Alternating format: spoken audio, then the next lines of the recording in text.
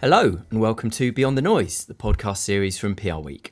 I'm John Harrington, editor of PRWeek UK, and I'm delighted to welcome our special guest this week, Marshall Manson. Marshall has been UK Chief Executive of FleishmanHillard for just over a year, and what a year it's been. Sister agency Porter Novelli was recently incorporated into Fleischman as part of wider changes at Omnicom following its acquisition of IPG at the end of 2025. So there's a lot to talk about. Welcome, Marshall. How are you today? I'm great, and I'm delighted to be here. Thanks for having me. Well, it's great to have you. You're surviving the heat. Obviously, observant listeners will tell already that you're not from these climes originally. So I grew up in the American South, so our summer heat wave in the UK is cool temperatures for me. I've been loving it. The sunshine, the warmth, it's great. Fantastic as far as I'm concerned. Good stuff.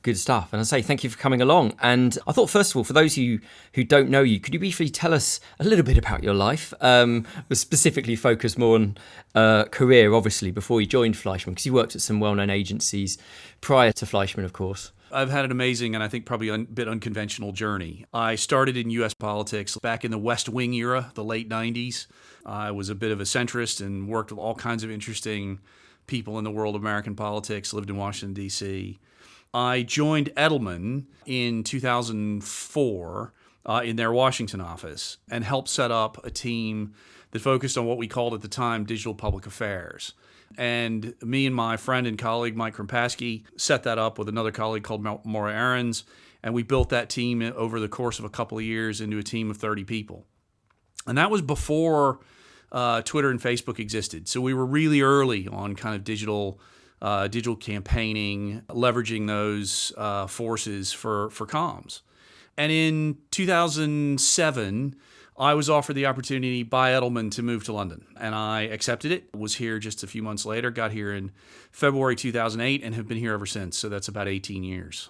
I love London. London's very much home. When I got here, I spent 6 years with Edelman under the tutelage of Robert Phillips, who many of our listeners will remember, I hope fondly. Worked closely with him, learned an awful lot about marketing, which I never really worked in before. Led the digital operation for Edelman in the UK and then in EMEA. And then after a few years, I was offered the chance to jump from Edelman to Ogilvy.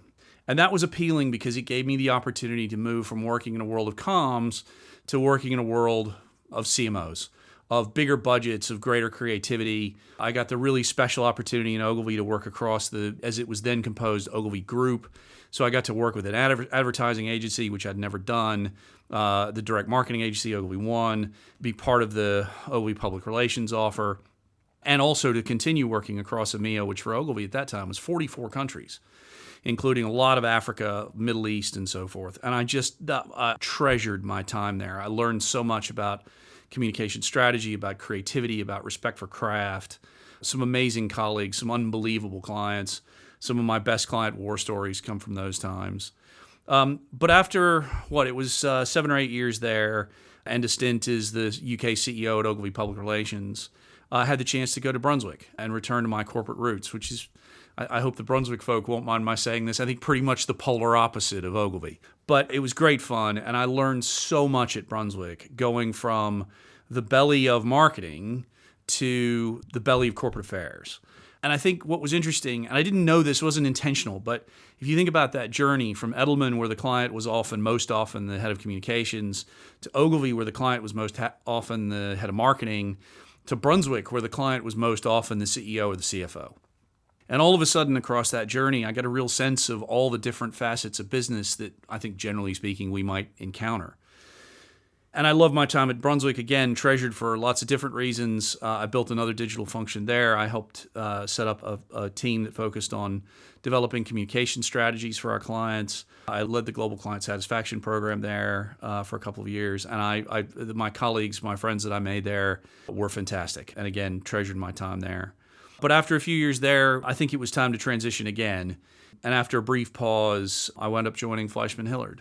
That was exciting to me because particularly when I was at Ogilvy, I'd been looking at Fleischman going, this is the network agency in London that we all want to be. And I think there was that period from the Fishburne-Hedges merger on up for 7 or 8 years after that, where FH was, I think, really the top network agency in town. My views, others may disagree, but the opportunity to go there, to be part of its culture, to join something with that impetus behind it, I was just really excited by. And so I joined there a couple of years ago. And that's been a great, interesting, diverse range of experiences over the last 25, 30 years. And when you joined Fleischmann, it was as UK Chair of Corporate. It'd be good to know what your first impressions were when you joined. I mean, look, I think FH really stands out even now in the world of global networks. It was founded in St. Louis after the Second World War. It bootstrapped itself into a global network and was kind of bought by Omnicom relatively late in the period where those things were happening. And so FH has always kind of had this incredibly entrepreneurial culture, but also a culture imbued by the values of the American Midwest. So yes, we're competitive, but we're also pleasant. We're confident in our advice, but we're also easy to work with. We enjoy what we do. We enjoy each other's company. There's a real pleasantness about the place and about the team that I was excited to be part of. And I think those values, whatever direction we take as we continue our transformation, as I think all big agencies must, I know we're going to talk about that, but as we continue our transformation, I think those are the things that I really want to cling to. What does it mean to be FleishmanHillard? Well, actually, it comes from a place of generosity. It comes from a place of helpfulness. It comes from a place of kindness and humility, but also, as I said, confidence and curiosity in how we go to our clients and try to help them. Yeah, so you obviously moved up, as I mentioned, to the UK CEO role in May last year. And this was while, the sale process was ongoing, wasn't it? It was announced a few months earlier that Omnicom was looking to buy IPG. I mean, how did you find that? Did that hold you back in any way, restrict what you were able to do? Or was it just a case of just get on and do what you got to do? And I don't think that particularly in that period, so in 2025, I don't think that the landscape we were dealing with was any more or less constrained than what any other big network was dealing with. Yes, there were lots of questions. There was some uncertainty. But we knew relatively early on that whatever the outcome of the IPG transaction, that Fleischmann was going to carry on, that Fleischmann had a bright future, that Fleischmann was an important part of the Omnicom strategy. And therefore, we sort of began the process of transforming Fleischmann both globally and particularly in the UK, not so much to meet the consequences of the IPG transaction, but to meet the needs of the marketplace, to meet the needs of our clients, to meet the needs of our people. I'm sure we'll talk more about this, but I'm absolutely convinced that if we as a fairly large agency aren't successful in that transformation, that actually we will be consumed by the market. We just won't exist in a few years' time. So that transformation journey really became the imperative. The IPG transaction and all of the things that were happening with that was, for me, something that was almost happening in the background. And, it was something I was reading about in coverage rather than sitting in our day-to-day operational lives. And I did say to our team quite a lot through that period, I said, look, at the end of the day, we can't control what happens as a result of a big transaction, and we shouldn't try. What we can control is the work that we do, the way that we show up for our clients, the way we show up for new business opportunities, and the way that we change as an agency in the way that I think we should. We had a lot of good conversations about that, and that was what we decided to focus on. And so we launched a 3-year vision for what we wanted FH UK to be. We launched that in September of last year. What was that, 5 months before the deal closed. But we did it with confidence. And I think the vision that we have for our own future remains confident as a result. I certainly hope it does. Yeah, so can you give us some indication of some of the main areas of that transformation plan that you were looking to implement? Yeah, I think broadly, as we think about the future of FH UK, I think we have to focus on 3 things. The first is the communications landscape is incredibly different than it was even 3 years ago. And, I talked off the top about my experience living through the transformation from traditional PR into something that was more social media and digitally driven and kind of having a role to play in that. I actually think this is a bigger transformation. The social media transformation was about how we communicate. The current transformation communications landscape is about what we communicate and the social dynamics of communicating with one another. And therefore, I think as an industry, it's harder for us to grapple with. So the first part of our transformation is we have to transform to meet the communications landscape as it currently exists. So what do I mean by that? Well, society's more fragmented and the communications landscape is more fragmented. That means we have to communicate differently. The way we communicate to one audience might be radically different than how we communicate to another. The two might have clashes. We need to appreciate that there are risks in communicating with the first audience that might impact the second audience. In other words, the days where we could run a straightforward, single-minded, creative campaign that reached, quote, everyone, I think are even more in the past than they were a few years ago when we started talking about that idea. So that idea of fragmentation for us is the starting point for a lot. Then what comes out of that is choices you then make about channels and how you communicate and so forth. Look, traditional media, newspapers are still important. I'm not arguing otherwise, but there are more things that are important. And I think the great learning of all the data we've seen over the past few years is that people's choices about information sources are growing, not shrinking. Therefore, we need to help our clients be in more places.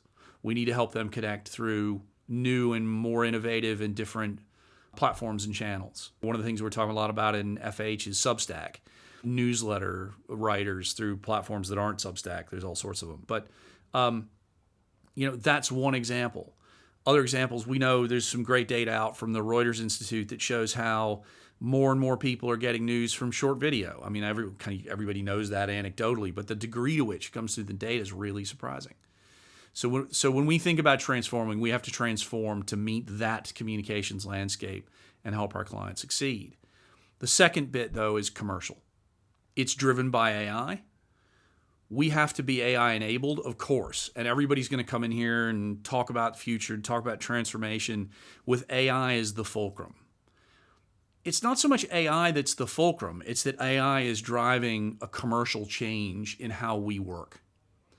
It's making our work better, it's making our work more efficient, it's enabling us to focus differently, it's enabling us to spend more time on things that I hope, are higher levels of value, perhaps, than some of the stuff we did in the past.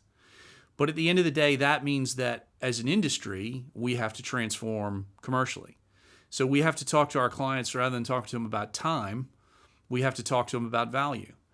And that's a hard transformation for a lot of agencies, for a lot of consultancies, for a lot of professional services firms. This isn't just PR. It's advertising, it's law, it's anybody who historically has been time-based. But we have to think about how we do our work and transforming that, even as we also think about what work we do and transforming that. And doing those two things at the same time, I think, is a really interesting challenge. Yeah, absolutely. It would be good to sort of hone in on some of this. Are there any kind of details you can give about how you've been using AI? I'm excited to talk about this. And I think Omnicom's done a lot of comms about it, so I don't think I'm revealing anything that's particularly secret. But in Omnicom, first of all, I think the most important outcome of the IPG transaction was Omnicom acquiring Acxiom. Acxiom, which holds more data, consumer data, about everything than really any other significant provider in the world. When you put that together with Flywheel's an Omnicom company, a legacy Omnicom company now, that has reams of data about how people buy things and behave in Amazon and other e-com platforms. They're an expert in retail media networks. When you put that together, and then a whole stack of other data sources, like many others, we buy and take advantage of, but we have the advantage of being able to buy pretty much anything that's relevant from a communications and marketing point of view. When you take all of that data, some of it that only we own, and some of it which lots of people have access to, into a tool that we call Omni, and layer it with a really smart, custom-developed AI platform, which is ours and proprietary, the result is incredibly powerful. We have our own proprietary AI platform that sits over top of a whole stack of data that nobody else has. So then when we turn around and say, how can I use this for a corporate affairs brief or a brand marketing brief or a public affairs brief or whatever it might be, there is an answer that is fundamentally ours. And I am really excited about this because I look at it and go, this is everything I've always wanted to get from a data point of view to inform communications decision making. And I talked about Substack earlier. We've got this amazing guy on our team who heard me talking about this, and he used a whole bunch of AI, some code that he wrote, some stuff that's proprietary Omnicom, and built us a tool to help us understand Substack better. And he did it in 4 days. And it was absolutely incredible that we could do that. In the past, we'd have waited a year for a vendor to develop a tool like that. He did it in 4 days. And now it gives us an advantage when we go in to talk to a client about something specific.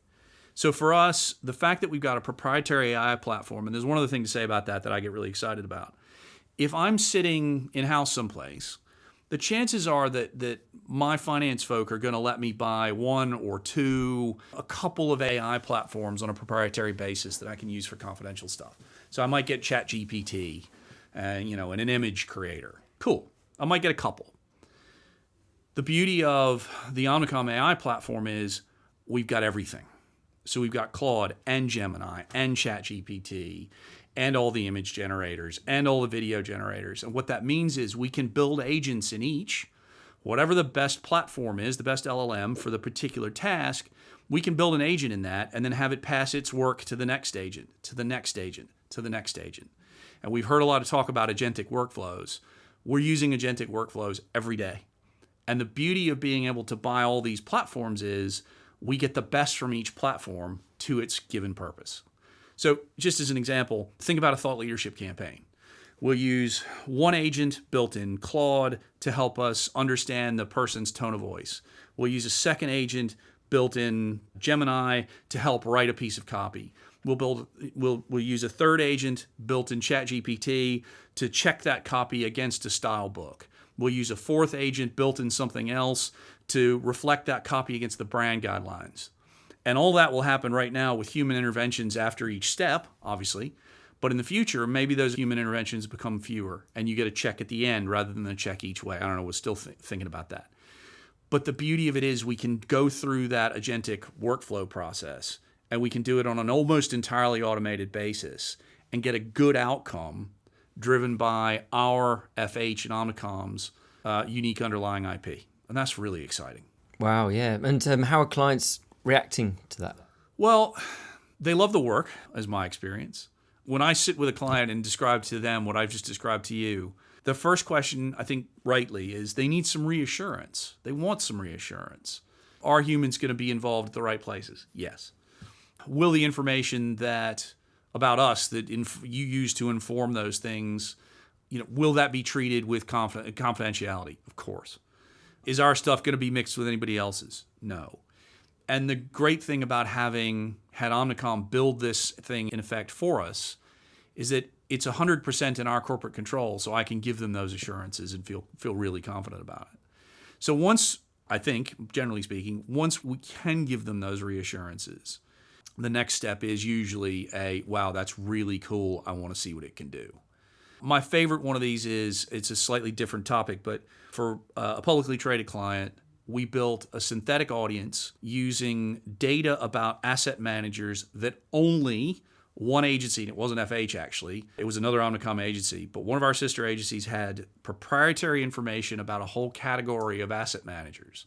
We were able to use that to build a synthetic audience that correctly predicted 9 out of the 10 questions the CEO was going to get on a results call. That's the kind of stuff that we're beginning to see really make a difference in the value that we can add. And I think the thing that makes our offering in this area unique, as I said before, is the fact that the underlying data you can't get from ChatGPT off the shelf. It exists because Omnicom's a big network that has been collecting all of this information for years, if not decades. Yeah, interesting. And what you're saying about automation, I mean, an obvious question would be, and what people always ask is, where do you see the role of humans in this ultimately? And, a lot of the concerns across this industry and practically probably most industries, except maybe plumbing, what's the chance that these roles might be taken ultimately by AI? What's your take on that? I mean, I firmly reject the notion that AI means, for example, fewer juniors. I think that's crazy. When I started in comms in the mid-90s in 1995, the first thing that anybody taught me to do from a media relations point of view was fax things. I don't fax things anymore. We're teaching our juniors, I hope, to be good communications advisors, to be good communicators. And I think continuing to do that is the best way forward. And there's no question in my mind that, sure, the way that we do our work will change, but having people ultimately responsible for that work is essential. And there's one other thing, and I know we've talked about this as an industry on and off over the years, but I also really firmly believe that whatever happens in the communications landscape, whether, in 10 years' time we'll still be talking about the Telegraph and the Guardian or not, our business fundamentally is about relationships. And relationships are a uniquely human gift. Sure, we're going to have AIs talking to AIs, and that's fine, and we'll figure out how to do that. And when it comes to things like RNS updates for stock exchanges, in the not too distant future, our AI will fling an RNS to Bloomberg's, and then it'll go out across the market, right? But for something that is more interesting, for something that is a story that another human being wants to spend time with, I think ultimately those stories are going to come from interactions between humans that are going to come from relationships. And so the thing I'd say to our juniors a lot is that the relationships you make now, even if this is your first job out of university, the relationships you make now will be with you for your whole career. My favorite story of this, and I don't know if he'll remember this anymore, but I started in Virginia politics with a very young, very enterprising political journalist called Mike Allen, who then went on to help found Politico and then Axios, and is one of the most important, I think, political journalists in the U.S. in the last 30 years. Every now and again, Mike still returns my texts. And, I have a huge amount of respect for Mike and all the work that he's done. But I met him when I was 22, even younger, I think, 20, working in Virginia politics in 1993. Those relationships still matter. They're still going to matter in the future. Yeah, absolutely. So I wanted to get on to Porter Novelli and that incorporation, as mentioned earlier on. I mean, when did you first hear about Porter Novelli coming in, I suppose, the first question, and what was your initial reaction to that? I don't remember exactly when I found out about it. It was over the winter, sort of, I think probably just after Christmas, but I'd be hard-pressed to put a date on it. If I was in a court, I would flunk. But look, we found out about it over the winter, and then we had a few weeks to start thinking about what could that look like and how we might come together. And from the very first moment, I remember being really excited about it. Here in the UK, the Porter Novelli business, as we got to know it, was just fabulous. And the people in it are just amazing. And I think over the past few weeks now, we kind of had our official coming together in the UK on the 5th of May. And spending time and getting to know them, I have just been utterly blown away by the quality of the people, the quality of the work that they're doing, the clients that they've had long relationships with. It's just been amazing getting to know them. And so from the very first moment to now, I remain incredibly excited and very grateful, actually, that we benefited from the big IPG deal in this particular way. And I hope that they'll feel like they've benefited as well. We can talk about some of the reasons for that, but most importantly, I hope our clients feel like they've benefited. We love the work we're doing, and we hope we're able to bring a little bit more scale and creativity and solution, whatever it might be, to those relationships as well. And I hope that the coming together between FH and PN has resulted in better work for clients and a better situation for all of our people, both Legacy FH and Legacy PN. So Porter is now a dedicated brand, is how it's described, isn't it, within FleishmanHillard? I mean, does it work in practice? Is it a case of Porter effectively operating as a separate division, or are they kind of more just sort of, if you like, former Porter or Porter people sort of scattered along across the business in various different positions? It's even a bit more nuanced than that. Here in the answer I'm going to give you is specific to the UK. Here in the UK, we've brought everybody together in one team, and that was really important to us. But there are times when, for whatever reason, it might make sense to show up for a client relationship or a client situation as Porter Novelli. We're very happy to do that, and there are people who can do that. But we want all of our healthcare experts sitting together. We want all of our corporate experts sitting together. We want all of our brand experts sitting together, benefiting from their knowledge and expertise. So that's what we've done in the UK. We brought everybody together into one UK team. And then when we need to show up as Porter Novelli, we can do that. When we need to show up as FleishmanHillard, we can do that. I think more and more we're building partnerships with other Omnicom agencies, both in PR and beyond. So sometimes we show up as Omnicom PR, sometimes we show up as Omnicom. The absolute abiding imperative is we want to bring the right people to whatever challenge is before us. So if that means that we can draw from the pool of people that are sitting in FH London, great. If that means we need to draw from a wider pool, we'll do that.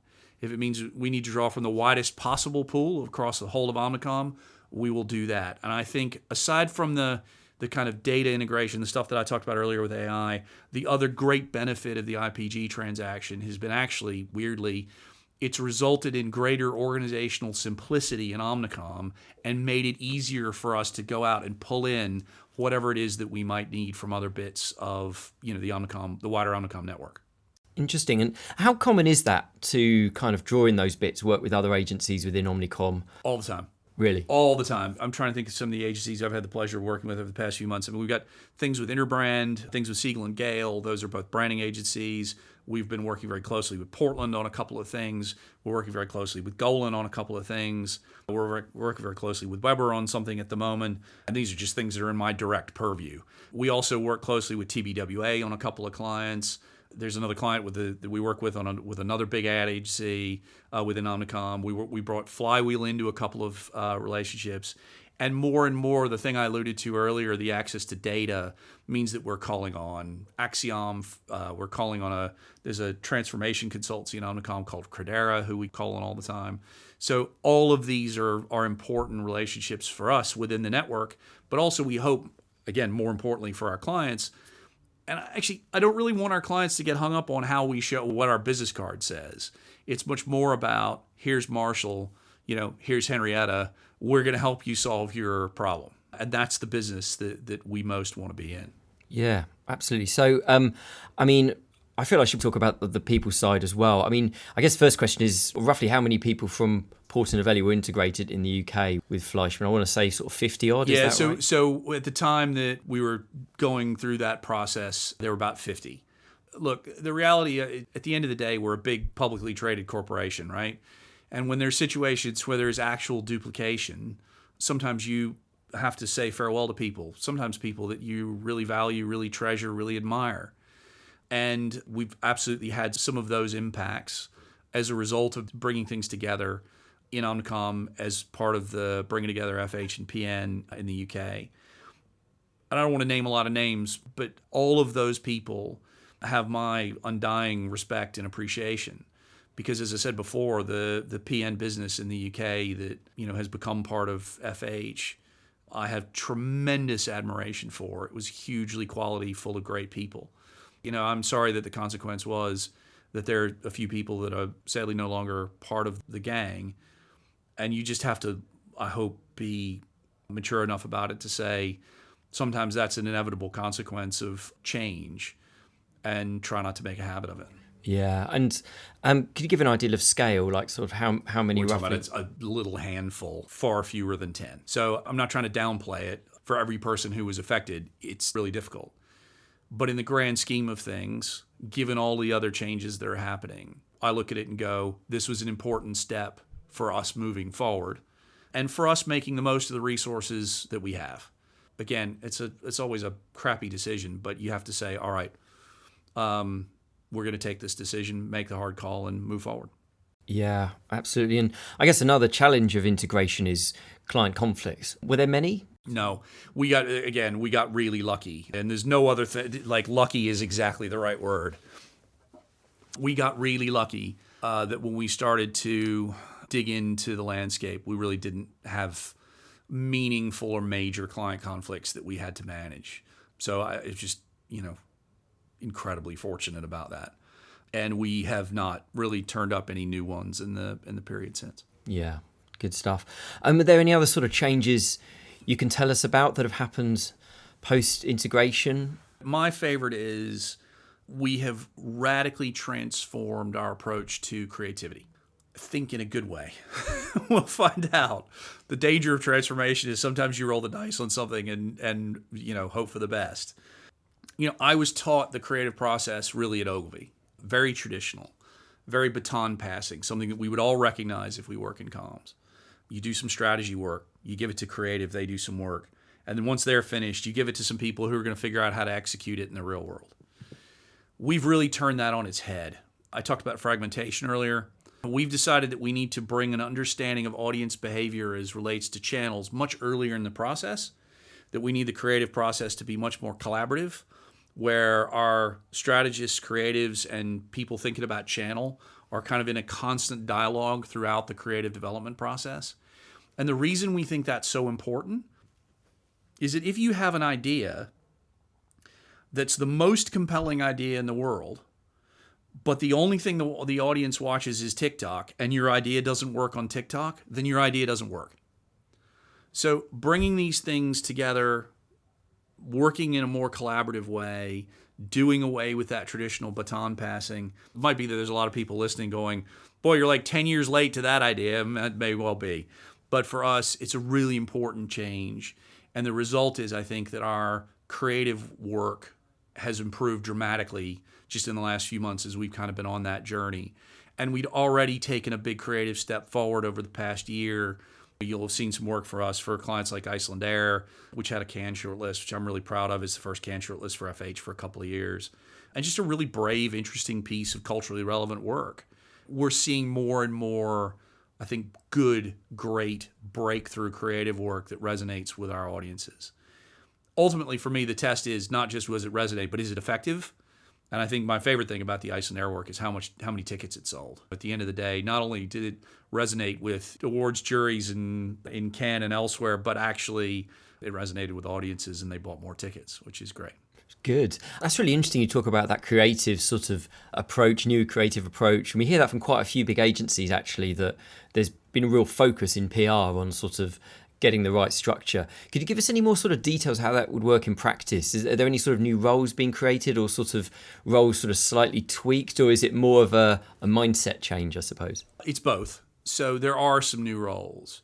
One of the things that we're doing, look, is there anything new under the sun? I don't know. But in the really old days, if you went into the advertising world, there were kind of strategic or brand planners and there were channel planners. And there was you might start as a channel planner and then develop into a bigger, more strategic brand planner. We've actually decided that we want to invest in the discipline of channel planning. So what does that really mean? It means understanding audience behavior, but at the level of how do they get and share information? Where are they? And the reason I think that's so important is if you look at a cohort or an audience of very young women, and then you look at a cohort of male golf lovers, the channel choices that those two audiences are making are not even remotely similar, right? And I don't think, even with all the data at our disposal, I don't think that we as PR people have ever done a particularly good job of understanding that at a granular level. We just sort of go, right, we're going to get this in as many papers as possible, and that's PR. Well, it might be PR, but it's not particularly effective. Have you actually reached the middle-aged 52 golfer? By the way, this I'm describing myself. Have you actually reached that person? Well, I don't know, because we didn't do the work to figure out where they actually are. And the real thing I'm challenging here is a generation of assumptions that I think are increasingly faulty. The way that we in the UK look at our newspapers, the way that we look at our broadcast media, those traditional assumptions are increasingly off base. So we need to question those, and we need to inform our decisions with data. So one of the new roles that we're sort of training some people in the business actually to think about those channel questions, and we're giving them the data to ensure we make good decisions. In parallel to that, that's the investment. But the other side of it is we just have to have really smart, great creative people. But I also think there's an interesting kind of caveat to that, which is the pure play executive creative director of old school advertising, I think has been supplanted by the creative brain who writes and films and edits and thinks visually and thinks in a story and can bring that story to life. In other words, the creatives that we have and that I want to work with are so much more multidisciplinary, multidimensional. And I love, as somebody who started way back a million years ago in politics, mostly as a copywriter, and basically can write, and that's about all. I look at these creatives I work with now who are thinking in that multidisciplinary way, just in utter awe. Yeah. Brilliant. So I'm going to move on to a few other questions really about sort of the sector more generally. And I know you've sort of alluded to some of this kind of stuff, but there has been criticism recently, let's face it, of holding companies and large networks in general. It'd be good if you could sort of give the case, if you like, for the holdco model. First of all, I think things like this tend to run in cycles. But the more serious answer is, I do think there's value in scale.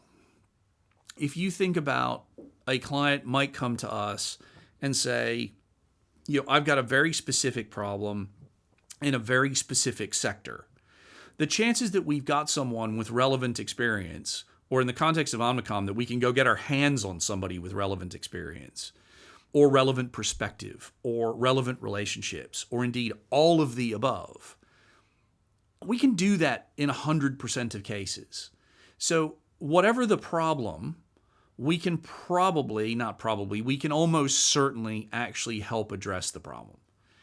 And that's why I think there's some value in scale. And then I think sometimes the great frustration with big agencies is, you guys are too slow and it takes too long and it's too inefficient. And look, I think we've got to work on, there's always room to be more nimble and more efficient. I'll hold my hands up to that.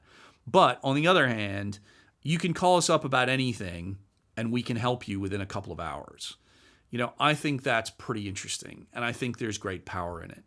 And I think over time, as the industry becomes more AI-enabled, I think there is also further value in scale in that we're going to be able to make investments in emerging AI opportunities that, with the greatest respect to the many amazing small agencies all over the UK, our scale in being able to invest in those platforms might give us an advantage in the medium and longer term, where it might be harder for somebody who's small to make the same sort of investments. I might be wrong about that. That's an assumption that I'm making.